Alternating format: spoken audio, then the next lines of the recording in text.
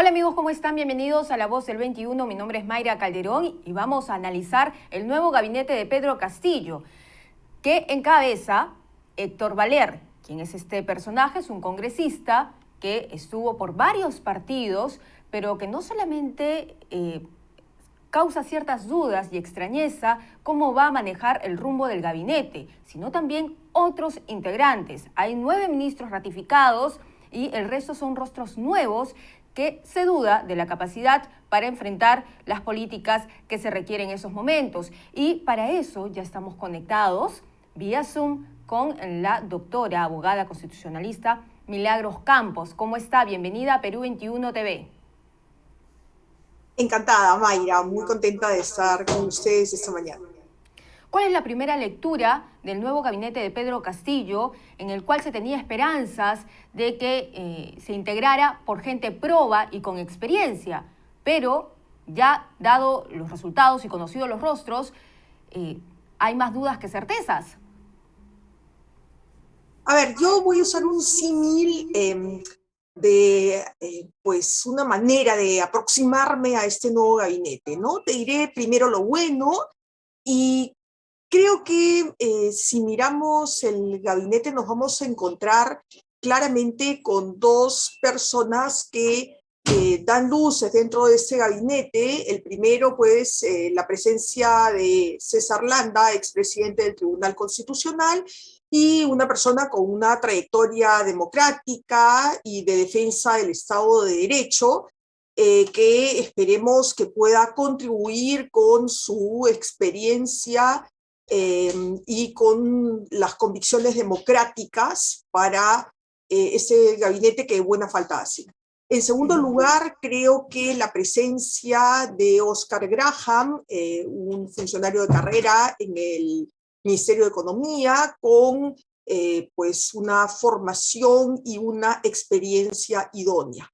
Te diría que lo malo es gente, como ya lo has anunciado, sin experiencia en los sectores ni en gestión pública, y ese es un tema recurrente que el gabinete no ha corregido en el segmento de la renovación o en el segmento de quienes ya venían ejerciendo el cargo en los sectores, ¿no? Y es la falta de idoneidad. Esto no es un tema muy difícil, este es un tema que incluso ha meritado un pronunciamiento de parte de distintos organismos constitucionalmente autónomos, invocando y buscando idoneidad para el ejercicio de la función pública y de la conducción de determinados sectores. Diría que lo feo, para completar esto de lo bueno, lo malo y lo feo, es un problema que ha sido denunciado por los distintos renunciantes al gabinete pasado, y también lo encontramos en algunas declaraciones y cartas de renuncia de estos días, y es el tema de la corrupción. Creo que la falta de idoneidad se suma a quienes tienen que deslindar con temas de corrupción, y desafortunadamente también los hay en el gabinete. Y creo que este es un retroceso entre los temas que preocupan a la población. Digamos que entre los 5 temas más importantes está el tema de la lucha contra la corrupción, y no vemos que este sea un camino que haya asumido el gabinete, ¿no?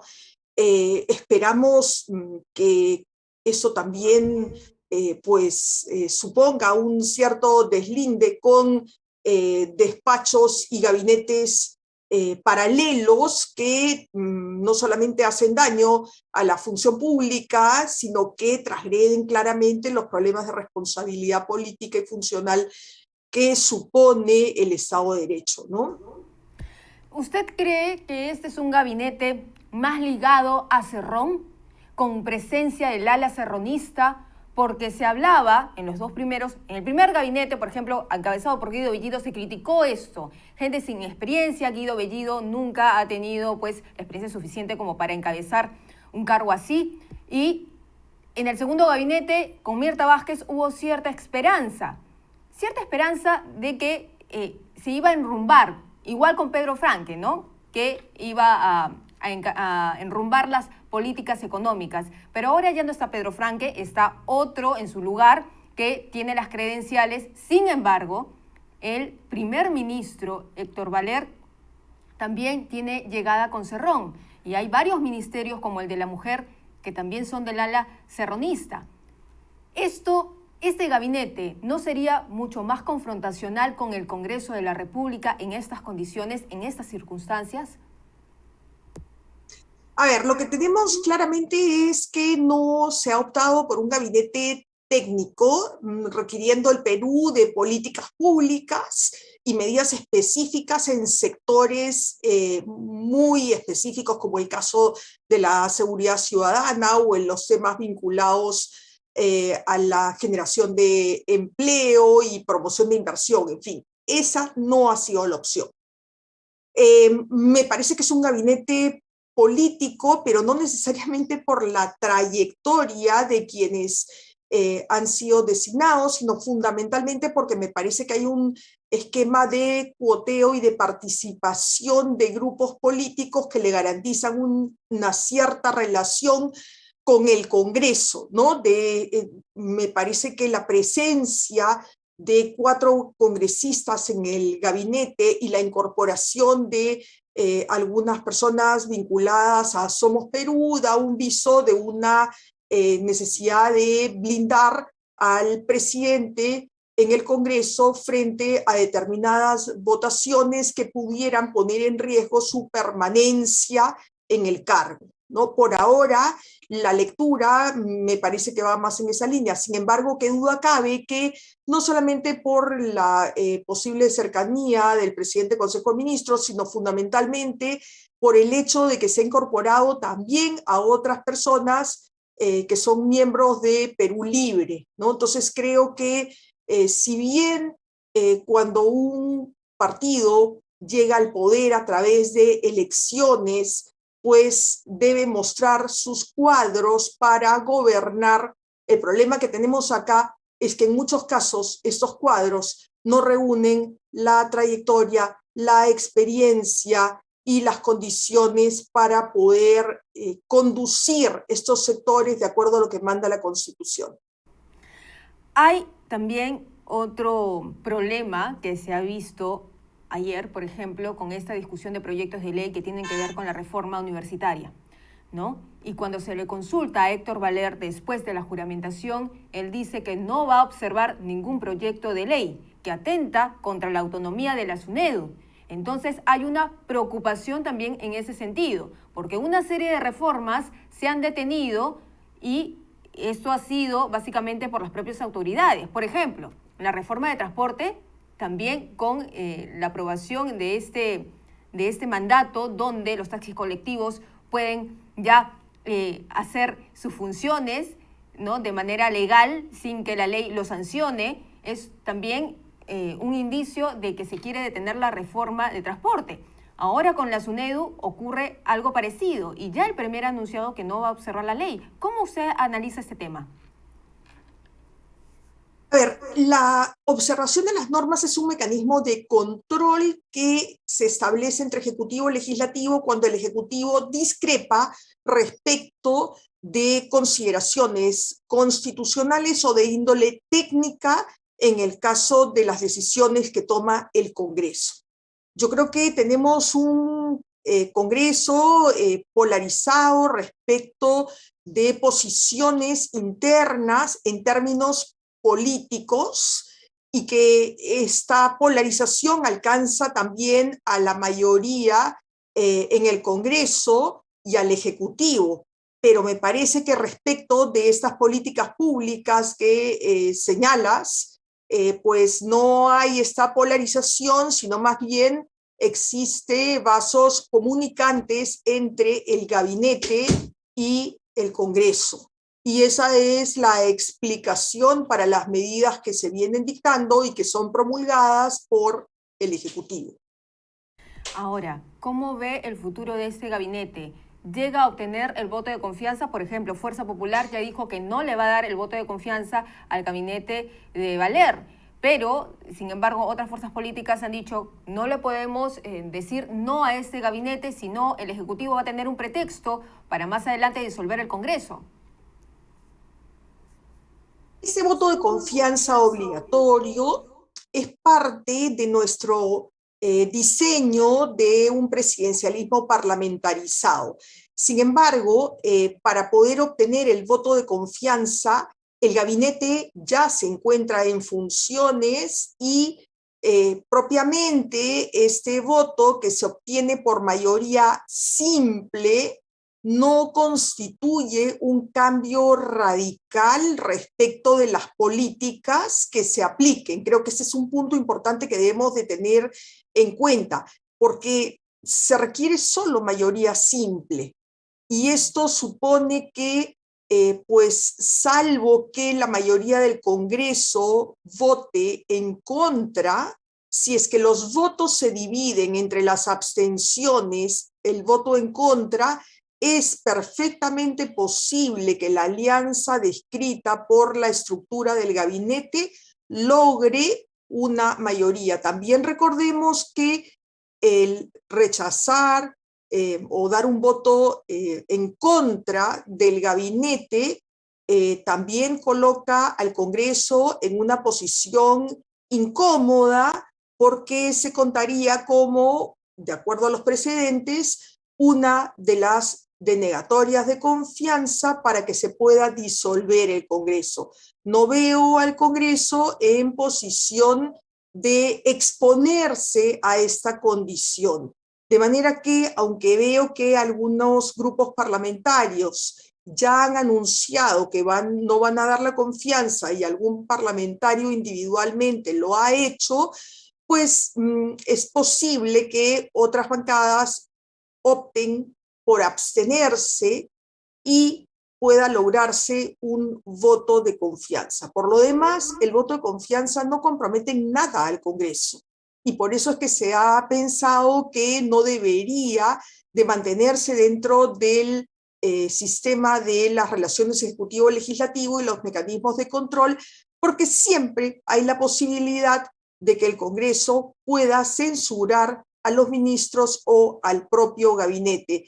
De manera que no me parece que sea un gran problema para el gabinete conseguir la confianza en el Congreso dentro de los 30 días de su designación, es decir, seguramente hasta el 1 de marzo.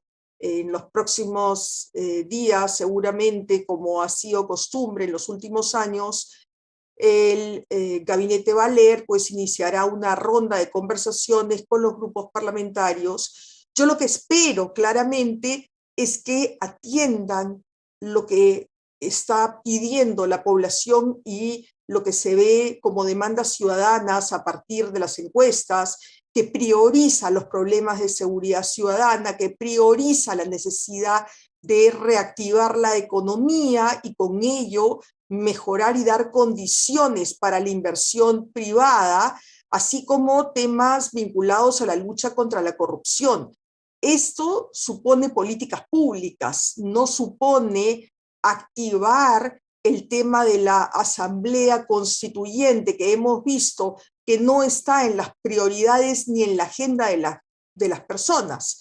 Frasear nuevamente los derechos con un contexto diferente en nada va a cambiar lo que la población requiere, que son medidas concretas, específicas, que mejoren la calidad de vida, no solamente de los ciudadanos en Lima, sino en cada una de las regiones del país.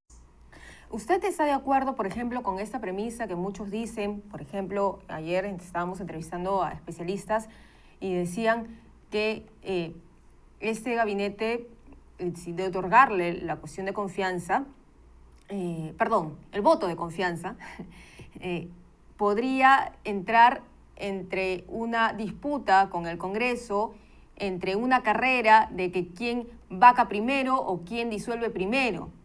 ¿Usted ve el futuro del gobierno de Pedro Castillo así? A ver, creería que lo que tenemos que pensar en el país, más que disolver y vacar, es atender los problemas urgentes de la población, y eso supone por dar también un poco de tranquilidad y claridad en las medidas, evitar justamente estos comportamientos erráticos, despachos paralelos, gabinetes paralelos y un discurso que no apunta claramente a solucionar los problemas de las personas. Creo que la política, la gran política, requiere justamente gobernar. Y para gobernar se requiere de planes. Y creo que esa es la que debe ser la prioridad del gabinete. Creo que en ese sentido es que deben darse estas situaciones. Lo demás dependerá justamente de cuál sea la conducta que tenga el presidente de la República respecto de las expectativas ciudadanas y de la exigencia de cumplir la Constitución y las leyes tal como es el mandato democrático. Muchísimas gracias, doctora Campos, por estar con nosotros en Perú 21 TV. Larga la exposición, pero igual concienzuda, y también hay que tener en cuenta los planes que se deben de ejercer para poder salir adelante. Todos los peruanos están esperando eso, ¿no? Que se cumplan con diferentes requerimientos. Por ejemplo, el combate contra la pandemia, también la delincuencia y la reactivación económica son tres temas importantes que urgen emplear en nuestro país. Muchísimas gracias. Saludos. Bien, era entonces la abogada constitucionalista Milagros Campos, que estaba con nosotros analizando el nuevo gabinete de Héctor Valer. Son 9 ministros ratificados y otros rostros nuevos. En el interior, por ejemplo, en el ambiente, también está en economía, en la mujer, y así. Pero vamos a ver cómo van trabajando una vez que obtengan el voto de confianza en el Congreso de la República, si llegan a entablar estos consensos que tanto se necesitan. Esta es la información, vamos a regresar más adelante.